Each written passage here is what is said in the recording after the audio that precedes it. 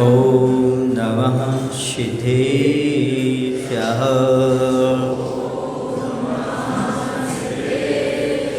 ॐ नमः सिद्धेभ्यः।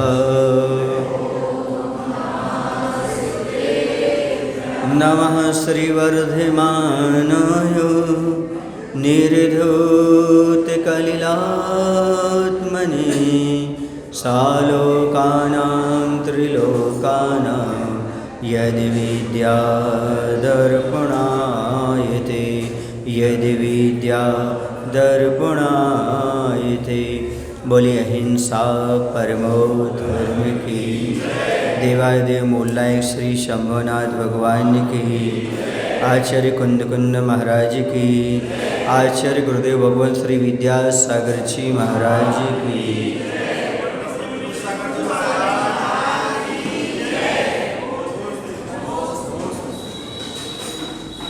कुछ दिन का मूकमाटी ग्रंथ का अंतर पड़ गया बीच में विधान के कारण।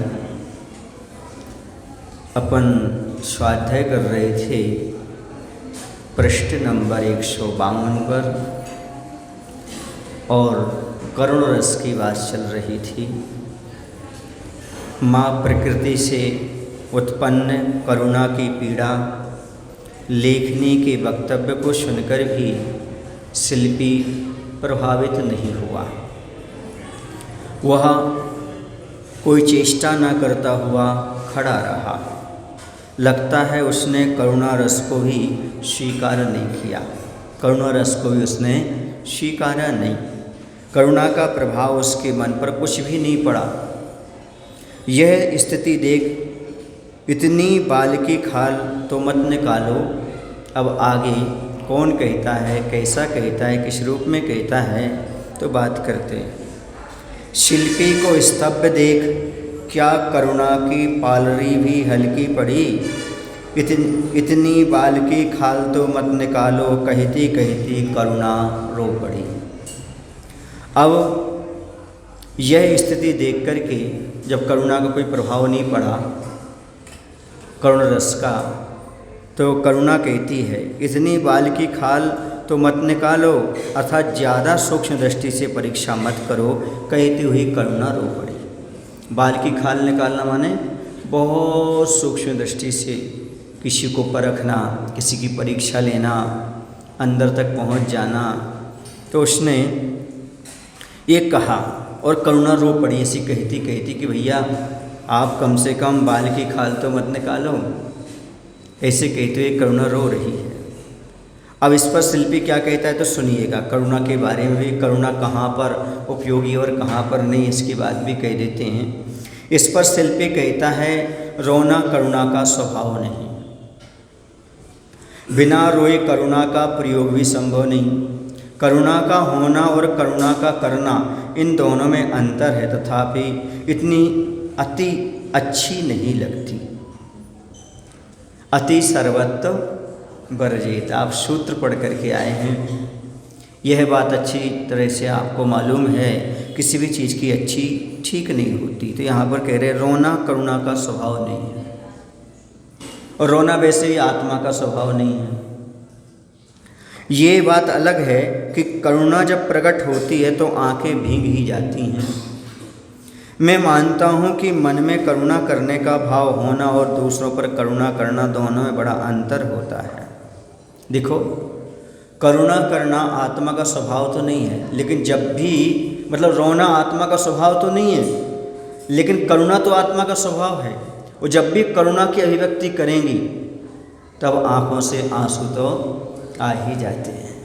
दूसरे की पीड़ा को देख करके करुणा की आँखों में भी दया के भाव आ जाते हैं, आंसू उत्पन्न हो जाते हैं। करुणा को दिखाने के लिए, करुणा का प्रयोग करने के लिए आँखों को भिगोना ही होता है। जब तक आँखें अंदर से भींगे ना, तब तक करुणा का प्रमाण पत्र सामने दिखाई नहीं देता। करुणा वही है कि हमारी आँखों में आंसू आ जाए। और आचार्य कहती दूसरे के दुख को देख करके जो करुणा उत्पन्न होती है, यदि आपकी आंखों से आंसू आ गए तो ये धर्म प्रिय की निशानी हो जाती है। धर्म प्रिय कहलाते हैं आप। दूसरे के दुख को देख करके आंखों में आंसू आना ये धर्म प्रिय की निशानी है। पशुओं को देख करके, उनके दुख को देख करके आंखों से आंसू आकर के दैवोदय में अपना भाग निधारी निभाना, ये भी धर्म प्रेमी की निशानी है। मैं दैवोदय का सदस्य बनना चाहता हूँ, मैं करुणा अंदर उत्पन्न हुई है, मैं दूसरे जीवों को बचाने का भाव करता हूँ। ऐसे भाव से जैसे बने वैसे दैवोदय में मेरा तन मन धन समर्पित करने के भाव आ जाए। समझ लेना वो सम्यक दृष्टि जीव है, वह धर्म प्रेमी जीव है, क्योंकि करुणा और अनुकंपा की अभिव्यक्ति बिना इसके संभव नहीं है। अंदर करुणा है कैसे मालूम पड़ेगा? जब हम उसके बारे में विचार करते सोचते हैं। जीवों का रक्षा करना, जीवों पर करुणा करना, ये महान धर्म कहा गया है और उसकी अभिव्यक्ति कैसे संभव है? हाँ, आज के व्यक्ति को तो दूसरे के आँखों का पानी दिखता ही नहीं है, जो अपनी जीभ के पानी के कारण उसकी इतनी जिब्बा लोलुपी हो गई है, कुछ भी खाने तैयार। इसमें क्या मिला हुआ है, मटर मिला हुआ है, क्या मिला हुआ है, उसे मालूम नहीं, खाता जा रहा है। तो उसकी जीभ का पानी चाहिए ना, उससे दूसरे की आंखों का पानी नहीं दिखता। जैसे दूसरे की आंखों का पानी दिखता है, वो अटर सटर नहीं खाता, बल्कि सात्विक भोजन करता है। इन भोजन से बच करके ये धर्म प्रेम की निशानी है, आंखों में आंसू आना, लेकिन स्वभाव नहीं है, क्योंकि आत्मा हर्ष विश्वास से ऊपर उठी हुई है। उसे ना तो हंसना और ना रोना, ना सुख मनाना, दुख मनाना, क्षमता परिणाम उसका बताया है। इसलिए स्वभाव है। यदि स्वभाव में नहीं रहा जाता तो क्रूर मत बनो, करुणा को धारण करो, ये कहा जा रहा है। और आगे कहते हैं कि करुणा का करना और करुणा का होना दोनों में बहुत अंतर है। बहुत सारे लोग को मालूम है करुणा होती, कहाँ होती करुणा? शास्त्रों में होती है। कहाँ पढ़ते हैं लोग? शास्त्रों में पढ़ते हैं। करुणा दया का पालन करो, ये शास्त्र में पढ़ लेते हैं। तो करुणा का होना अलग है और करुणा का प्रयोग करना अलग है। जो मूक प्राणी अन्य प्राणियों के लिए औषध दान, भोजन पानी, वस्त्र आदि की व्यवस्था करते हैं, वह करुणा का प्रयोग कर रहे हैं, ये मान करके चलिएगा। बाकी मात्र करुणा की बात कर रहे हैं, पुस्तकों में पढ़ा लिखा सुनाया बता दिया, लेकिन जो वास्तव में सक्रिय सम्यक दर्शन है वह अनुकंपा के साथ ही है। इसलिए आचार्य ने सक्रिय क्या की है? सहायता केंद्र के लिए आशीर्वाद दिया है। जो हथकरघा है ना, वो सक्रिय सम्यक दर्शन वालों का है, सक्रिय सहायता केंद्र है वो। क्यों? क्योंकि यह जेल में भी उन कैदियों को उनके आँखों के आंसू देख करके आचार्य ने हथकरघा में का आशीर्वाद दिया कि जेल में जाकर के उनके लिए हथकरघा का आयाम दो, ताकि वो आजीविका का निर्वाह वहाँ बैठ करके भी कर सकें। यह है करुणा की अभिव्यक्ति कि आखिरकार रोना ही नहीं है, उनके रोने को दूर करना है, यही सही रोना है। दूसरे के दुख को देखकर आंसू आना तो ठीक है, लेकिन आंसू जो हमारे आए हैं उसे हम कैसे दूर करें? तो उसकी करुणा, उसके प्रति जो दुख आया है, आपत्ति को दूर करें, ये बहुत महत्वपूर्ण चीज़ है। एक करुणा के बारे में तो कहानी मिलती है। एक हाथी 2.5-3 दिन तक एक पैर के बल खड़ा रहा। आप सोचो, पशुओं में ऐसी करुणा। क्या हुआ था? जंगल में आग लग गई, और जब जंगल में आग लग गई तो कुछ ऐसा परिसर था जिसमें आग नहीं थी, तो सारे पशु पक्षी वहीं आकर के इकट्ठे हो गए और बाकी चारों तरफ आग आग आग आग। तो एक खरगोश आ गया, और जैसे हाथी ने पैर ऊपर किया वैसे खरगोश पैर के नीचे आ गया। तो उसने पैर नीचे नहीं रखा, इसने हाथी ने। क्यों? क्योंकि खरगोश चला जाएगा। और 3 दिन तक उसका पैर अकड़ गया, बाद में उसकी मृत्यु हो गई। जाकर के वह अच्छे महापुरुषों में गिनती आ गई उसकी। को बाली, हाँ, बाली महाराज बने बाद में। ऐसा ये है, सुन रहे हैं आप लोग? इतना बल शरीर में आ गया फिर बाद में, लेकिन वो अपना तो मरण स्वीकार कर लिया, लेकिन उस खरगोश के ऊपर पैर रखना स्वीकार नहीं किया। ये करुणा दया जीव का स्वभाव है। समझ आ रहा है ना? अकेले मनुष्यों में होता है ऐसा नहीं, पशुओं में भी हुआ करता वो भी करुणा और दया का पालन किया करते हैं, बिल्कुल अनुव्रत का पालन करते हैं। बंदर है, मुर्गे हैं, ये सारे के सारे जीव क्या कर लेते हैं? पंचम गुण स्थान का पालन कर लेते हैं। ऐसा धवला जी ग्रंथ में लिखा है। स्वर्ग की सीटें तो बहुत हैं, तुम तो संख्या में बहुत कुछ हो, बहुत कम हो, वहाँ की सीटें कौन भरता स्वर्ग की? ये सब अनुव्रत पालन करते हैं और अपना स्वर्ग की सीटें अंकित कर लेते हैं। वो पानी कैसे छानते होंगे, वो प्रातः भोजन कैसे करते होंगे? अपनी सीमा में फूंक फूंक करके, पहले तो सूखा सूखा घास, सूखा सूखे पत्ते खा करके अपना जीवन निकाल लेते हो। क्यों? क्योंकि उनके अंदर करुणा का भाव आ जाता है, उनके अंदर संरक्षण प्राप्त हो जाता है। ऐसे स्वर्ग जा कर के और अपना नीचे आकर के मुनि बन करके कल्याण कर जाते हैं, एक भवतारी हो जाते, इस प्रकार का काम कर लेते हो। किसके माध्यम से? मत दया और करुणा। यदि अपन देखें तो भगवान महावीर की यात्रा कहाँ से शुरू हुई थी? पौरवाभील ने दया का पालन तो किया था, मांस का त्याग ही तो किया था, मधुमास मध्य का त्याग किया। ये करुणा भाव उसके अंदर आया, स्वर्ग चला गया, स्वर्ग से आकर के फिर वो मरीचि आदि का जीव बना, फिर आगे उसका उद्धार हो गया। जब भी उद्धार होगा तो करुणा के माध्यम से होगा। करुणा का पालन आज करो या कल करो, कभी भी करो। जब भी तुम्हें मोक्ष जाना है तो करुणा और दया और अहिंसा को तो अपनाना ही पड़ेगा, उसके बिना कल्याण होने वाला नहीं है। इस बात को मानता हूँ कि बिना खाद डले खेत की अपेक्षा खाद डले खेत की वह फसल लहलहाती है, परंतु खाद में बीज बोने पर तो फसल जलती दहदहाती है। हाँ हाँ, अनुपात से खाद जल दे दिया खेत को, बीज बिखेर दिए खेत में, फिर भी वो अंकुरित नहीं होते, माटी का हाथ उन पर नहीं होने से। इतना ही नहीं, जिन बीजों पर माटी का भार दबाव बहुत पड़ा हो, वे भी अंकुरित हों नहीं आ सकते। भू पर दम घुट जाता है उनका भीतर ही भीतर। सुन लो भाई, खाद पानी की फसल के लिए ज़रूरत तो होती है, लेकिन अनुपात में हो तो अच्छा लगता है। किसी भी चीज़ की अति हो वह कभी भी हमारे लिए फायदेमंद नहीं होती, हमेशा नुकसान पहुंचाती है। ऐसी करुणा जो होती है वह एक सीमा तक होती है। कहाँ होती, कैसे होती, वो बता रहे हैं। विथ एग्जाम्पल वाचक से कहते हैं कि देखो, माँ के मन में बच्चों के प्रति क्या होती है? करुणा होती है, साथ में मोह का परिणाम भी होता है। किसका परिणाम हो जाता है? मोह का परिणाम रहता है। तो माँ के मन में बच्चों के प्रति करुणा होना मोह का परिणाम है, जबकि दूसरे जीवों को दुखी देख करके उनके दुख को दूर करने का परिणाम रूप करुणा सम्यक दृष्टि का लक्षण है।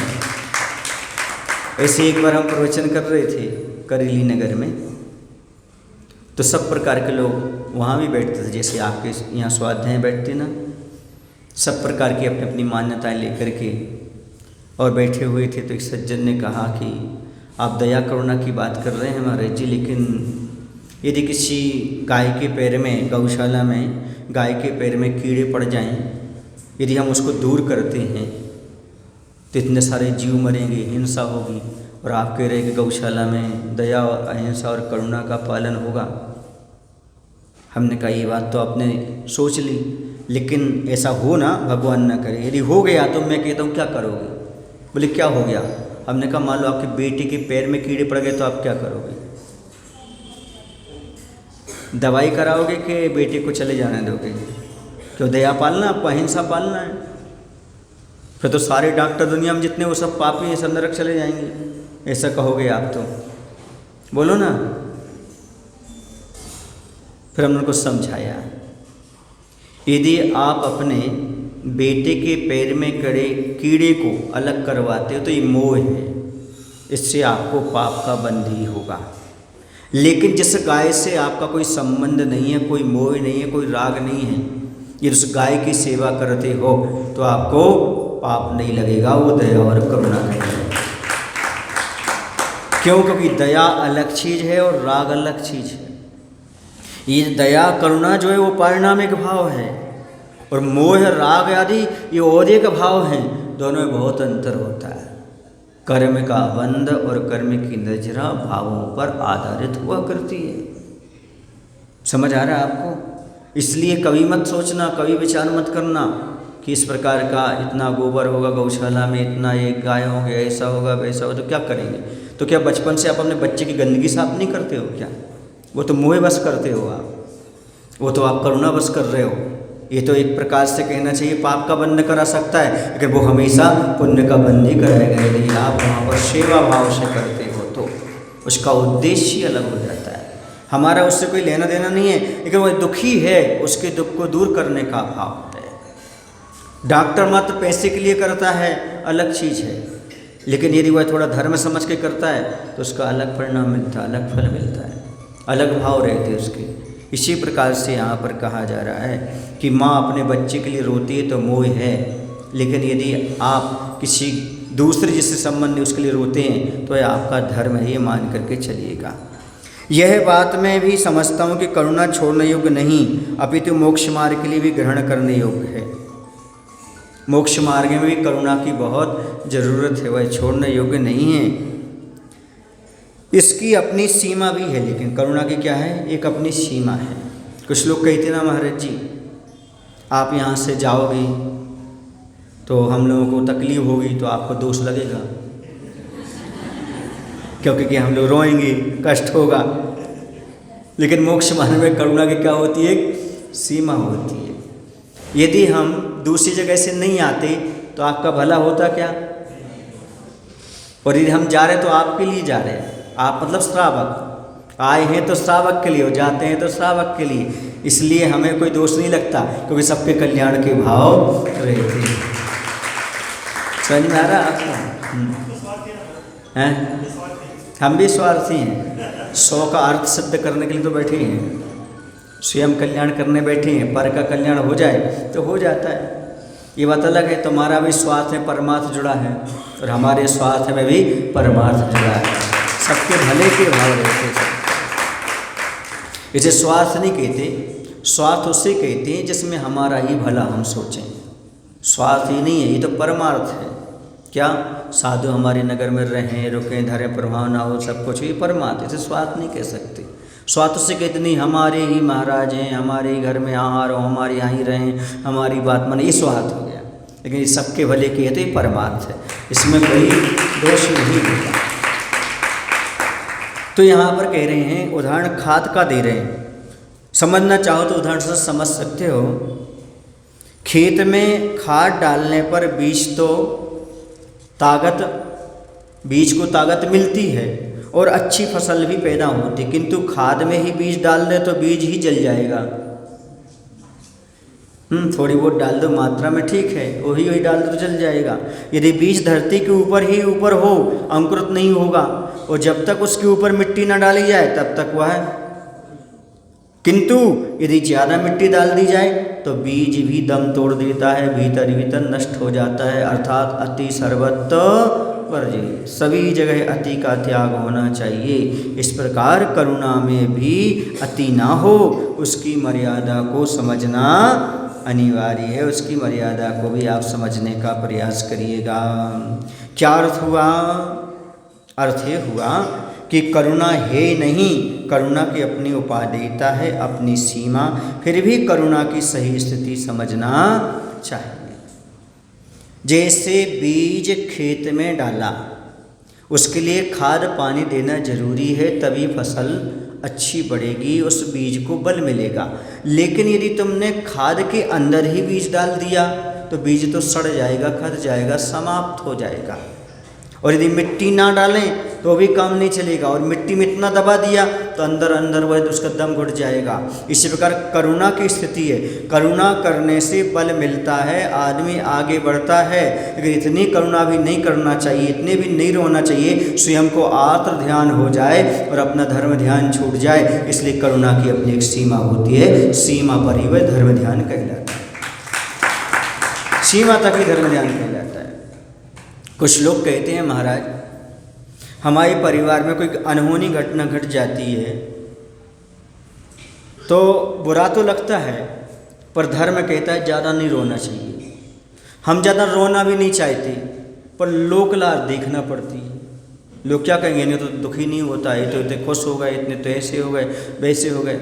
याद रखो, आपको 12 दिन तक कहा है, मना नहीं है। कितने दिन तक? 12 दिन तक देख लो, रोज राग देख लो, सब कुछ देख लो, सब कुछ कर लो जो कुछ करना है। लेकिन जैसे शांति विधान हुआ, बाकी फिर आपको नॉर्मल हो जाना चाहिए। इसके आगे आखिर आंसू नहीं बहाना चाहिए, अनरय मरने की पाबंद नहीं करना चाहिए आप लोगों को। ये क्या है? आप लोग जो है ना, यदि सम्यक दृष्टि है तो आपको 6 महीने के पहले सारी चीज़ों को भूल जाना चाहिए। 6 महीने से ऊपर कोई पावन आवन नहीं मनाना चाहिए और दुख नहीं मनाना चाहिए। कुछ लोग तो ऐसे दीपावली नहीं मनाते, कुछ लोग तो ऐसे कार्य नहीं करते। क्यों? वो हमारे यहाँ ऐसा हो गया था, ऐसा हो गया था, ऐसा नहीं करना चाहिए।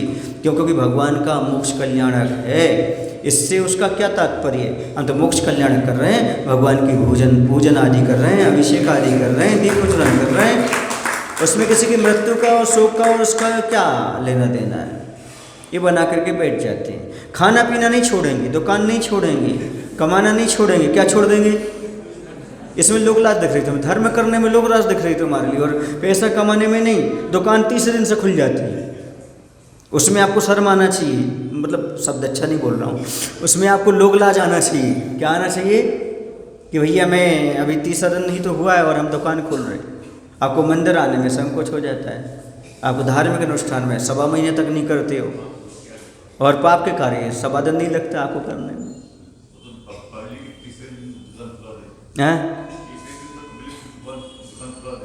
दुकान खुला देती, हाँ वो तो यहाँ मंदिर लेके आती है, मंदिर में दर्शन कराए और गए और अपनी दुकान खुल गई, फिर लग जाता हूँ अपने राग रंग में। ऐसा हो जाता है। तो ये संसारी प्राणी राग रंग में तो लगता है और मोह में लगता है, करुणा और धर्म के बारे में नहीं सोच पाता। ये कह रहा हूँ मैं, उस समय ध्यान देने की आवश्यकता है। करुणा की एक सीमा होती है, दया की एक सीमा होती है, उसका भी हमें अच्छी तरह से ध्यान रखना चाहिए। हमेशा रोते रहना भी धर्म ध्यान की निशानी नहीं है, समझ गए? इसलिए ज़्यादा रोना, ज़्यादा करुणा, कई बार ऐसा होता है ज़्यादा करुणा का दुरुपयोग हो जाता है। अपन लोगों पर ज़्यादा करुणा कर दो ना तो वो समझते रहे तो करुणी करते रहते हैं, इनका तो काम ही है अपन को जैसा करना करो, ये तो पिघल जाते हैं तो कर देते हैं, तो उसको वो उससे मिल जाती है। वह गलत कार्य करता रहता है, वो अपनी जिद पर अड़ा रहता है। और जब अपन स्टिक हो जाओ समझ में आ जाता है कि भैया इनकी करुणा ऐसी नहीं है, करुणा ऐसी है। करुणा बिगाड़ने के लिए नहीं की जाती, करुणा सुधार के लिए की जाती है। करुणा इसलिए की जाती है सामने वाले का भला हो, और वो भला ही नहीं करना चाहता, अहित कर रहा है, तो उस पर करुणा का कोई प्रभाव नहीं पड़ता। ऐसी करुणा नहीं। करुणा कई बार ऐसा होता है वह कलह का कारण बन जाती है। करुणा कभी कभी किरकिरी हो जाती है आँखों की, एक पर ज़्यादा करुणा कर दो दूसरे की आँखों में चुभने लगता है। इसलिए करुणा का भी एक मापदंड होता है, हर एक चीज़ का मापदंड है। अति सर्वत्र वर्जित, अति कभी अपनाना नहीं चाहिए। एक व्यक्ति था, वह सुन करके गया प्रवचन में, कोई गलती हो जाए तो तस्मै क्षामि दुक्कडम बोल दिया करो। उसने सीख लिया तस्मै क्षामि दुक्कडम बोलना है बस। वह गया, वहाँ देखा तो कुम्हार का दुकान था, वहाँ घड़े रखे हुए थे। वो लड़के ने उठाया, प्रवचन सुन के था, और एक घड़ा फोड़ दिया। कुंभकार ने कहा क्यों? बोले तस्मै क्षामि दुक्कडम, हमें क्षमा करो। फिर दूसरा फोड़ दिया, फिर तीसरा फोड़ दिया। उसने बहुत सारे घड़े फोड़ दिए, तस्मै क्षामि दुक्कडम कह करके रह जाता। उसको गुस्सा आ गई, उसने एक डंडा उठाया, कुंभकार ने उसके सर पर दे मारा। बोले क्यों? बोले तस्मै क्षामि दुक्कडम। क्या? तो अति सर्वत्र वर्जित होता है, क्योंकि सामने वाला भी समझता है पर अति हो रही, अति हो रही, अति हो रही। 1 बार 2 बार 3 बार, कितने बार करुणा की जाए ये बताओ? कितने बार क्षमा किया जाए? कितने बार तस्मै क्षामि दुक्कडम होता चला जाए? यही होता जाए तो पूरे जीवन यही करते रहोगे ना। लोग कहते हैं मैं गलती करके तो सुधरूंगा महाराज। आप ही लोग तो कहते हैं गलती करके तो सुधरते हैं, तो मैं पूछना चाहता हूँ गलती करते रहोगे कभी सुधरोगे भी नहीं, या हमेशा गलती करते रहोगे? और जो हमेशा जीवन में गलती करता रहेगा वो सुधरेगा कब? ये भी तो सोच ले। सुधरने का मौका कितनी बार दिया जाए? कहते हैं जो व्यक्ति आपको धोखा दे उसे मौका नहीं देना, और जो व्यक्ति मौका दे उसे धोखा नहीं देना। अब जो बार बार मौका दे उसको तुम बार बार धोखा दो तो कैसे बनेगा? ये संभव नहीं है। करुणा का दुरुपयोग नहीं होना चाहिए, इस बारे में हमेशा ध्यान रखो। करुणा होती है, एक सीमा तक होती है। क्योंकि खाद सीमा तक दिया जाता है। यदि ज़्यादा खाद पानी हो जाए तो बीज के लिए नुकसानदायक है। बीज का भला चाहते हैं किसान तो लिमिट में खाद देते हैं। ऐसे गुरु महाराज होते हैं, लिमिट में करुणा करते हैं ताकि जीव का अहित ना हो जाए, वरना उसका अहित भी हो सकता है ज़्यादा करुणा करने से। तो करुणा एक सीमा तक ही की जाती है। वह उपाधि तो है लेकिन उसकी एक अपनी सीमा है, उसकी एक स्थिति है। करुणा करने वाला अहम का पोषक भले ही ना बने परंतु स्वयं को गुरु शिष्य अवश्य समझता है, और जिस पर करुणा की जा रही है वह स्वयं को शिशु शिष्य अवश्य समझता है। दोनों का मन द्रवीभूत होता शिष्य शरण देकर गुरु शरण शिष्य शरण लेकर गुरु शरण देकर कुछ अपूर्व अनुभव करते हैं, पर इसे सही सुख नहीं कह सकते हम।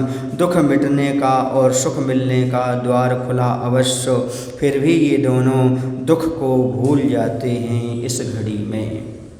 सुनिएगा, एक बात और है, जो करुणा करता है वह अहंकार तो नहीं करता करुणा करते हुए, लेकिन अपने आप को बड़ा तो महसूस करता है, तब तो करुणा कर रहा है। छोटा समझ करके किसी न रूप में तभी तो करुणा करता है। तो एक अपने आप को करुणा की जाए तो है अपने आप को एक तो कमज़ोर समझता है जिस पर करुणा की जा रही है, और जो कर रहा है वह अपने आप को मजबूत समझता है। दोनों का मन एक दूसरे से प्रभावित भी होते हैं। शिष्य शरण लेकर के और गुरु शरण दे करके एक नया अनुभव करते हैं, पर यह सही सुख नहीं है भैया। इसी को सुख मान के मत बैठो। हाँ, दुख मिटने और सुख मिलने का द्वार अवश्य यहाँ मिल जाता है। आध्यात्मिक दृष्टि से विचार किया जाए तो ये भी सुख नहीं है, ऐसा कहा जा रहा है। देखिए, जो व्यक्ति करुणा को स्वीकार कर रहा है और जो करुणा को उड़ील रहा है, एक शिष्य हो गया जिस पर करुणा की जा रही है, एक गुरु हो गया जो करुणा कर रहा है, वो दोनों एक दूसरे से प्रभावित भी होते हैं। और ऐसा भी होता है कि सुख भी लगता, अच्छा लगता है, देखो आज मैंने उस पर करुणा की, उसको भी लगता है देखो गुरु ने हमारे ऊपर करुणा की। ऐसा लगता सा है, दुख मिटता सा लगता है और सुख सा प्राप्त होता ऐसा लगता है। लेकिन आध्यात्मिक दृष्टि से ये ठीक नहीं है, क्योंकि उसमें भी थोड़ा सा किसी को छोटा और किसी को बड़ा बनने जैसा भाव आ रहा है। इसलिए करुणा की बात कह रहे हैं कि मोक्ष मार्ग में अति करुणा ठीक नहीं हो सकती। करुणा करने वाला अधोगामी तो नहीं होता, किंतु अधोमुखी यानी बहिर्मुखी अवश्य होता है। और जिस पर करुणा की जा रही वह अधोमुखी तो नहीं, ऊर्ध्वमुखी अवश्य होता है, तथापि ऊर्ध्वगामी होने का कोई नियम नहीं है। देखो, बहुत अच्छा व्याख्यान, इसे आप लोग समझ सको तो समझ लो। आचार्य ने बहुत अच्छी बात कही, दूसरों पर करुणा करने वाला नीचे की ओर गमन करने वाला तो नहीं होता, किंतु नीचे मुख वाला होता है, अर्थात बहिर्मुखी माने आत्मा से बाहर तो आना पड़ेगा। दूसरे को ध्यान देंगे तभी तो करुणा कर पाएंगे। पर को ग्रहण करने वाला होता है, समय सार के अनुसार बहिरात्मा हो जाता है, वह बहिर्मुखी हो जाता है।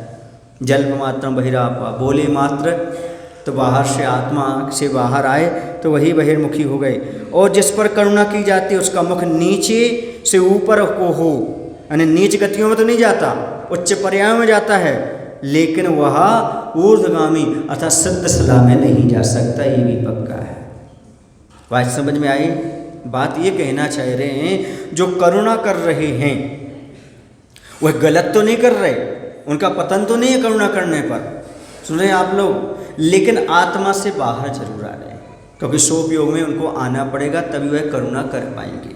और जिस पर करुणा की जा रही है वह जीव ऊपर को उठता है, उसका मुख ऊपर जाता है, उच्च गतियों को प्राप्त हो जाता है, पर करुणा के द्वारा मोक्ष नहीं मिल सकता। मोक्ष तो स्वयं अपने अंदर परिणामों को जगाओगे तभी मुक्ति का लाभ होगा। दूसरे की करुणा से कभी मुक्ति नहीं होती, किसी की दया के भाव से कभी भी कल्याण होने वाला नहीं है जब तक स्वयं के परिणाम उसमें न जगाओ। गुरु एक सीमा तक आपको जगा सकते हैं, लेकिन पुरुषार्थ तो आपको स्वयं करना पड़ेगा तभी। आशा समझ गए आप? हाँ, जब दया करुणा करते हैं तो मुनिराज को भी बाहर आना पड़ता है। मलाई की पट्टी हटा करके दूध दिया जा सकता है, नहीं असल में किसी को दूध देना तो क्या करोगे? मलाई की पट्टी हटाना। मलाई की पट्टी क्या है? शुद्ध उपयोग। और दूध क्या है? सोपयोग। यदि सोपयोग में मतलब किसी को करुणा करना है तो शुद्ध उपयोग से बाहर आना ही पड़ता है, ये मायना है इसका। देखो महाराज मलाई की पट्टी हटा के आपके लिए देते हैं, अब दुरुपयोग नहीं करना, अच्छे से पीना, जिनवाणी का पान अच्छे से करना, क्योंकि महाराज करुणा करके मलाई की पट्टी हटा के शुद्ध उपयोग से आकर के आपको सदुपयोग में उपदेश देने का भाव कर रहे हैं, ताकि आपको भी उसका भाव मिल सके। एक बार आचार्य रघुवंत का प्रवचन चल रहा था, वो संस्मरण याद आ गया, तो किसी महाराज ने आचार्य से कहा, आचार्य श्री जी क्या शावकों को उपदेश देना जरूरी है? बिना उपदेश के क्या मुनि जीवन नहीं चल सकता? तो आचार्य ने क्यों नहीं चल सकता, आराम से चल सकता है, और चला है।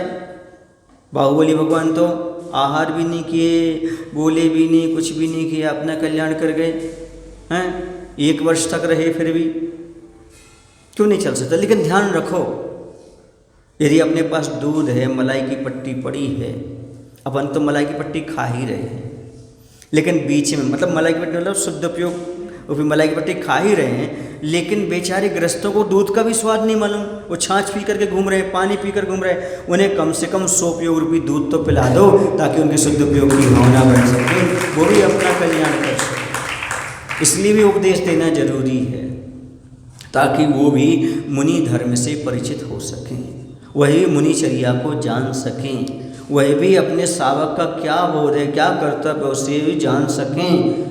इसलिए मुनि महाराज को करुणा करके शुद्ध उपयोग से सोपयोग में आते हैं, तब गृहस्थों को दान और पूजा का उपदेश अवश्य देना चाहिए। ऐसा कुंद भगवान ने भी कहा है, आचार्य रघुवंत भी कह रहे हैं, यदि आपकी वाणी से 10 लोगों का भी भला होता है तो समझो बहुत बड़ा काम हो जाता है। इसलिए गृहस्थों को करुणा करके उपदेश देना चाहिए। कहें सीख गुरु करुणा धार, जो भी उपदेश दे रहे हैं वह करुणा धारण करके ही आपके लिए निरंतर उपदेश देते चले जा रहे हैं। ये करुणा का परिणाम, ये करुणा के भाव हैं, जिसके माध्यम से वह मुनि महाराज के मुख से अनायास ही ज्ञान की धारा बह निकलती है, नया नया चिंतन आपको प्राप्त होता चला जाता है, नई नई चीज़ें आ जाती हैं। पंडित जी वगैरह कह रहे थे, महाराज आप बहुत मेहनत करते हो, नई नई चीज़ें प्रस्तुत करते हो, नई नई चीज़ें देते हो। ये मेहनत नहीं है, ये करुणा का भाव है। जो तत्व हमें मिला है वह आपको भी प्राप्त है। जैसे गुरु महाराज ने हम पर करुणा की, अब आप सब तो गुरु महाराज के पास साक्षात पहुंच नहीं पा रहे, तो कम से कम हम यहाँ पर बैठ गए, हमारे माध्यम से आपको भी थोड़ा सा कुछ मिल जाए, हमारे भाव से। गुरु महाराज से तो बहुत मिला, थोड़ा बहुत हम आपको दे पा रहे हैं, जितना गुरु महाराज से मिला उससे थोड़ा बहुत। क्यों? क्योंकि भगवान जितना जानते हैं उसका अनंतमा भाग दिव्य ध्वनि में खिलता है, उसका अनंतमा भाग झेल पाते हैं, उसका अनंतमा भाग और जगह जाता है, और अनंत भाग अपना तो और कितना भाग आता है वो पता नहीं। ऐसे हमें भी गुरु महाराज ने खूब दिया है, समझ रहे हैं आप लोग, उसका हम कितना दे पा रहे हैं आपको, अनंतमा भाव दे रहे हैं, ये मान करके चलिए। ऐसा एक कुछ लोग कहते हैं महाराज आपसे बहुत वात्सल्य मिलता, प्रेम मिलता, शायद आपने गुरु महाराज का कभी देखा नहीं होगा, मैं आपको संस्मरण सुना देता हूँ, सुना दूँ? चलिएगा। एक संस्मरण है, बिहार चल रहा था, सुबह भी बिहार चलता था, शाम को भी बिहार चलता था, 10-12 किलोमीटर सुबह हो जाता था, 10-12 किलोमीटर शाम को हो जाता था। और ऐसा हुआ कि सुबह बिहार हुआ, कल शाम को बिहार हुआ, आहाचर्या के बाद आज सुबह भी बिहार हुआ, और एक स्थान पर पहुंचने पर हमारा अंतराय हो गया, और शाम को फिर 12 किलोमीटर पुनः चलना है। तो बहुत सारे लोग जो होते हैं, एरियापद भक्ति होती है, जब आचार्य के पास हम लोग अपनी बात रखते हैं, आज आहार कैसा हुआ, कल कैसे करना, क्या है, सारे मतलब प्रत्याख्यान वगैरह लेते हैं, उस समय कौन सी विधि लेना, क्या करना, तो उस समय आचार्य प्रत्येक महाराज के पास ऐसा हाथ करते हैं और उनका आहार पूछते, कैसा आपका आहार हुआ, कैसा हुआ, और जिसको कल क्या करना उनके लिए वो अपनी मर्जी से अपनी बात आचार्य से रखते हैं। तो आचार्य से मैंने कहा नमस्ते आचार्य, आहार, अब सब बोल रहे थे आहार ठीक हुआ, आहार ठीक हुआ, भीड़ बहुत थी, आवाज़ें आ रही थी, मैंने कहा आज अंतराय, तो आचार्य रुकते हैं, पूछते हैं कि क्या आया अंतराय में आपके लिए, जीव आया कि बाल आया। जीव आया तो प्रायश्चित मिलता है, बाल आया तो कोई बात नहीं इस प्रकार का। क्यों? क्योंकि वो बाल जो होता है जघन्य मल में आता है, जीव आदि जो होते हैं 2 इंद्रिय आदि मध्यम मल में आते हैं, और पंचेंद्रिय का कोई नाखून आदि आ जाए तो उत्कृष्ट मल में आता है। तो इस प्रकार से आचार्य प्रायश्चित वगैरह देते हैं। तो उन आचार्य से सुना नहीं सही ढंग से, उन्होंने सुना आहार हो गए बस। अब हमको थोड़ा सा अच्छा नहीं लगा, क्योंकि जिससे उम्मीद हो वो ना पीछे तो कैसा लगता है, बुरा लगता है। अब कोई बात नहीं, रे बदभक्ति हो गए, चले गए। अब 12 किलोमीटर चलना है। हम जल्दी सामयिक पर बैठ गए और चंद्र सागर जी महाराज से कह दिया कि महाराज जी हम सामयिक के जस्ट बाद निकल जाएंगे, सामयिक से उठ करके, क्योंकि हमारा अंतराय है, थोड़ा आगे जा कर के विश्राम करेंगे। आचार्य से तेज़ चलते हैं तो वहाँ तक पहुँच जाएंगे, आचार्य को बता देना। समझ गए ना? तो चंद्र सागर जी बात को भूल गए। क्यों? क्योंकि आचार्य भी सामयिक से हम उठेंगे, उसके 10 मिनट बाद आचार्य भी निकल गए। तो हमने देख लिया कि आचार्य पीछे से आ रहे हैं, क्योंकि आवाज़ें तो वैसे ही आती, जहाँ से आचार्य आते हैं तो जय जय गुरुदेव बहुत पब्लिक आती है। क्यों? क्योंकि सूर्य कभी अकेला तो जाता नहीं, जब निकलता है तो किरणें तो बहुत फैलती हैं, सबको मालूम पड़ जाता है। पर हम गुस्से में थे तो हम चुपचाप चलते रहे, है ना। आचार्य पीछे से चंद्र सागर जी से बोलते हैं, ये कौन पीछे से दिख रही, कौन जा रहा है आगे? बोले कुंतु सागर जी जा रहे हैं। बोले क्यों?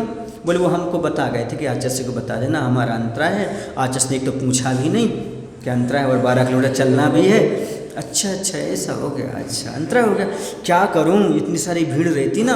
आचार्य चंद्र सागर जी को बता रहे हैं, उन्होंने हमें बाद में बताया इतनी भीड़ रहती है सुन नहीं पाता हूँ, ऐसा। हाँ, आचार्य गए और हम थोड़े साइड में हो गए, हम देखे पीछे मुड़ के नहीं देखे।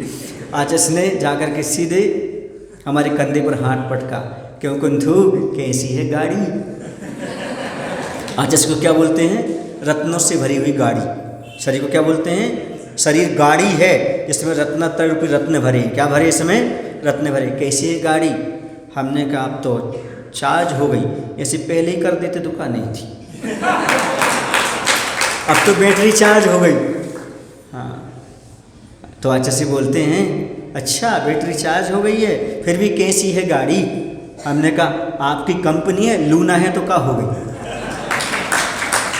बिना गियर की गाड़ी, 21-22 साल में दीक्षा, छोटी गाड़ी। तो हमने कहा आपकी कंपनी आपकी है, गाड़ी लूना है तो क्या हो गई?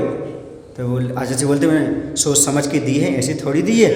तो मैंने कहा चला भी तो रहा हूँ, पेट्रोल कम है और पंचर है। क्योंकि पेट्रोल अंतराय तो पेट्रोल कम हो गया और पैर घिस गए तो पंचर है। तो फिर आचार्य कहते देखो भैया हम तो तुम जवानों को देखकर चलते रहते हैं, तुम लोग तो जवान हो और तुम सबके ट्यूब टायर नए हैं। हमने कहा आचार्य हम तो आपको देखकर चलते रहते हैं, आप इतने मतलब प्रौढ़ होने के बावजूद भी हम लोगों के बराबर और हम लोग से आगे निकल जाते हैं चलते चलते। तो हम आपको देखते बोले क्या करें, हमारे टायर पुराने हो गए हैं। क्या हो गए हैं? घिस गए हैं। तुम लोग तो ट्यूब टायर नए हैं, अभी कोई दिक्कत नहीं है। हमने कहा आचार्य आश्चर्य की बात ये नहीं है कि हम लोग के ट्यूब टायर नए हैं, आश्चर्य की बात ये है इसमें आपकी हवा भरी है।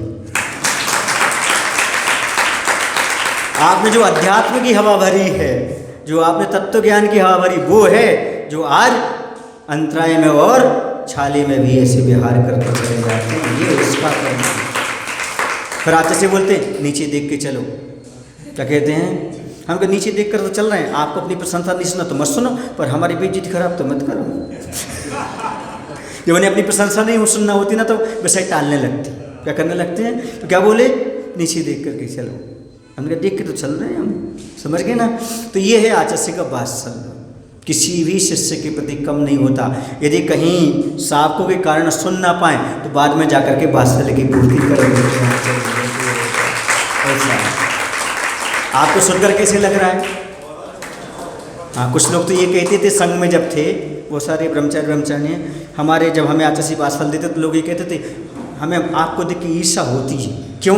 तुम्हारी जगह हमें होना था। तुम्हारी जगह हमें होना था, जो आचार्य से इतने अच्छे से बात करते हैं। तो समझे है ना, ये है गुरु महाराज का वात्सल्य। किसी ने पूछा आचार्य का वात्सल्य रस कैसा है? हमने कहा शुद्ध गन्ने के रस जैसा है। न ज़्यादा गर्म है न ज़्यादा ठंडा है, स्वास्थ्यप्रद है। तो ये करुणा वात्सल्य समय समय पर अध्यात्म योगी भी देते रहते हैं, पर समय समय पर दी जाती है, समय समय पर सबको प्राप्त होती है। चले तो आगे, तो सिद्ध सलाह तो नहीं मिलेगी इससे, लेकिन उच्च उच्च गतियाँ अवश्य प्राप्त होती, उच्च उच्च विचार अपने आप जीवन में आते चले जाते हैं जब करुणावान हमारे सामने होते हैं। यदि करुणावान एक भी हमारे सामने आ जाए तो हमारी गति सदगति निश्चित है, कोई हमारी सदगति को रोकने वाला नहीं है। उनकी करुणा का यदि हमने सदुपयोग कर लिया तो, किसका सदुपयोग कर लिया? करुणा का सदुपयोग कर लिया तो ये निश्चित है हमारी सदगति तो है ही है, क्योंकि उनने करुणा दी है, करुणा बरसाई है और हमने ले ली। देखो बादल तो बरसता है, लेकिन जितना आकाश गड्ढा होगा उतनी तो पानी रुकेगा, जितना पात्र होगा उतनी तो पानी रुकेगा। ऐसे गुरुओं की करुणा तो सब पर बरसती है, जो जितना ले सके तो ले लेता है अपने झोले में भर। अब आगे चलते हैं। इसके साथ ही साथ यहाँ पर कह रहे करुणा की दो स्थितियाँ होती हैं, एक विषय लोलुपनी, दूसरी विषय लोपनी दिशा बोधनी। पहली की चर्चा यहाँ नहीं है, अर्चा चर्चा दूसरी की है। इस करुणा का स्वाद किन शब्दों में कहूँ? गर यकीन हो नमकीन आंसुओं का स्वाद है वह। हमने कहा ना नमकीन आंसुओं का स्वाद है वह। वैसे भी करुणा दो प्रकार की होती। पहली करुणा जो है विषय को देने वाली, यानी विषय कसायों के वशीभूत जो की जाती है, हमें इनसे कुछ मिलेगा, हमें लाभ मिलेगा, विषय भोग मिलेंगे आदि आदि, ऐसी करुणा की जाए। वो तो यहाँ उस करुणा की यहाँ पर बात ही नहीं कर रहे, वो तो करुणा इस मोक्ष मार्ग से बाहर है। अब दूसरी को ने विषय को समाप्त करने वाली, विषय कसायों को नष्ट करने वाली, सम्यक शिव पथ दिखलाने वाली, विषय लोपनी यानी विषय का समापन लोपन करने वाली, है ना, लोप करने वाली, दिशा बोधनी सही दिशा मिल जाए आदमी को, वो करुणा काम की है। इसकी चर्चा यहाँ पर की जा रही है। करुणा का स्वाद यानी जानना चाहते हो तो आंसुओं के समान खा रही है, कैसा है? नमकीन है। इसलिए जिसके मन में करुणा है वह शांत रस से भी भरा होगा, ऐसा मानना बड़ी भूल है। इसलिए करुणा रस में शांत रस का अंतर्भाव मानना बड़ी भूल है। करुणा दो प्रकार की बताई। एक करुणा विषय का वर्धन करने वाली, जो रात दिन आप अपने परिवार में करते रहते हैं, उसकी यहाँ चर्चा नहीं है। दूसरी करुणा है विषय को समाप्त करने वाली, विषय कसाओं का लोप करने वाली, दिशा बोध प्रदर्शित करने वाली, जो गुरु महाराज से हमें प्राप्त होती है। गुरु महाराज हमें निरंतर दिशा बोध देते रहते हैं और विषय कसाओं से बचा करके रखते हैं। यही उनकी सबसे बड़ी हमारे ऊपर करुणा है, कृपा है कि पापों से बचा करके उन्होंने धर्म ध्यान में लगा दिया, कहीं स्वाध्याय में लगा दिया, कहीं सामयिक में लगा दिया, कहीं विधान में लगा दिया, कहीं भगवान की पूजन में लगा दिया, स्वाध्याय पढ़ करा दिया। ये उनकी बहुत करुणा है, जो हमें विषयों का लोप करा दे और सही दिशा बोध करा दे। इस करुणा का स्वागत है। लेकिन ये करुणा कैसी होती है? नमकीन होती है, जैसे आंसू नमकीन होते हैं। समझ में आ रहा ना? क्योंकि मैंने पहले भी कहा था आपसे, ये शांत रस में अंतर्भाव नहीं होगी, क्योंकि शांत रस में समता भाव, आत्मा में लीन होने की, वो तो स्वयं पुरुषार्थ करना पड़ेगा। गुरु मात्र आपको दिशा बोध कर सकते हैं, चलना तो आपको पड़ेगा, उस ओर अंदर डूबना पड़ेगा। समझ आ रहा ना? इसलिए करुणा वहीं तक आपके लिए दे सकती है। और कल पढ़ के आए, संयोग तो दुख मनीक भेद में तो श्रुतेजन बनी शरीरी ततस्य दासो परवर्जनी हो या सुना निर्वृति मात्मन्ना। जितने भी संयोग हैं वो सब दुख के कारण हैं, लेकिन संसारी प्राणी को वियोग दुख का कारण लगता है, लेकिन दुख का कारण क्या है? संयोग। मैंने कल पूछा था कि तलाक का मुख्य कारण क्या है? तलाक का मुख्य कारण क्या है बताओ? शादी। यदि शादी नहीं होती तलाक होता ही काहे को? और यदि वियोग हो रहा तो क्यों हो रहा है? वियोग का मुख्य कारण क्या है? संयोग। इसे दुख का कारण वियोग नहीं है, संयोग दुख का कारण है, इसे स्वीकार करें। लेकिन क्या करें, रागी व्यक्ति की पछती नहीं है। रागी हमेशा संयोग ही चाहता है, हमेशा संयोग चाहता है रागी व्यक्ति, जबकि वियोग सुख का कारण है, संयोग दुख का कारण है। जितना भी संयोग है संसार में वो सब दुख का कारण है। बताओ आप महाराज को पहले नहीं जानते थे, है ना, इतने ज़्यादा, इसलिए HAL चले गए थे तो आपको ठीक है चले गए आएंगे, चले गए चले आएंगे, लेकिन अरे अब जाएंगे तो अब तो पीछे भागोगे और आंखों से आंसू भी बहेंगे। क्यों? संयोग तो दुख मने के भेद। अध्यात्म में घटाओ ना, क्योंकि अब संयोग हो गया ना, मिल गई ना, बातचीत हो गई ना, उनसे कुछ मिला ना, उपदेश सुना ना, इसलिए होगा। इसलिए वियोग दुख का कारण कब बनता है? जब संयोग हो। इसलिए दुख का कारण कौन है? संयोग। आप किसी से संयोग स्थापित मत करो, संयोग को तोड़ दो, संयोग से दूर रहो। समझ गए ना? महाराज ने किसी से संयोग नहीं किया, इससे महाराज को कोई नमकीन आंसू की जरूरत नहीं पड़ेगी। समझ आया ना? और उनको तो भगवान है, तो भगवान तो हमेशा मिलते रहेंगे, भगवान तो जहाँ देखो वहाँ पर मिलते रहेंगे। समझ गए ना? हाँ। जब मैं यहाँ आया, मैंने बेंगलोर में देखा, वैसे तो बेंगलोर में मैंने गिनती लगाई थी तो 25 24, हाँ 25 रिश्तेदार हैं। कितने रिश्तेदार हैं हमारे बेंगलोर में? मैंने देखा, हर कॉलोनी में जाकर के देखा तो कितने रिश्तेदार मिली हमें? 25 रिश्तेदार मिली, लेकिन ज्ञानोदय में 24 मिली, क्योंकि बाहुबली भगवान नहीं मिले ना। बाहुबली भगवान नहीं है ना, ऐसे रिश्तेदार कितने हैं? 24। तीर्थंकर अपने रिश्तेदार हैं, लेकिन कौन नहीं है? बाहुबली भगवान यहाँ नहीं है। समझ गए ना? बाकी है तो बाहुबली भगवान ही है। समझ, 24 रिश्तेदार तो हैं हमारे ज्ञानोदय में, घबराना मत, हमारी रिश्तेदारी है 24 तीर्थंकर भगवान। और अब तो दूसरी रिश्तेदारी हो गई, श्रावक और साधु की भी हो गई। अब तो किसकी हो गई? श्रावक और साधु की भी हो गई। तो कहने का तात्पर्य है, संयोग हमेशा दुख देने वाला होता है, इस बात को हमेशा स्वीकार कर लेना चाहिए। जब भी संयोग कर्मों का होगा दुख देगा, और कर्म का वियोग होगा तो सुख की प्राप्ति होगी। जब भी सुख की प्राप्ति हो वियोग से होगी, चाहे द्रव्य कर्म हो, चाहे भाव कर्म हो, चाहे नो कर्म हो, तीनों प्रकार के कर्म का जब वियोग हो जाएगा तभी हमारे लिए संयोग मिलेगा, अर्थात अनंत सुख की प्राप्ति होगी। इस बात को हमेशा याद रखना, कभी भूलना नहीं। अभी अपन को क्या करना है? जाप अनुष्ठान करना है, यहीं पर विराम देते हैं। बोले महावीर भगवान की जय। आचार्य गुरुदेव भगवान श्री विद्यासागर जी महाराज की जय। हे प्रभु, हम सभी को इतनी शक्ति, इतनी बुद्धि देने की कृपा करो, ताकि हम गुरुओं से करुणा प्राप्त करते रहें और करुणा का सदुपयोग कर सकें, और दूसरे जीवों पर भी, दुखी जीवों पर करुणा का स्रोत हमारे हृदय से बहता रहे, ऐसी शक्ति, ऐसी बुद्धि देने की कृपा करें। नमोस्तुते। जावाणी के ज्ञान ते सूझे लोकालोक, सोवाणी मस्तक धरो सदा देते हूँ दो। हे जिनवा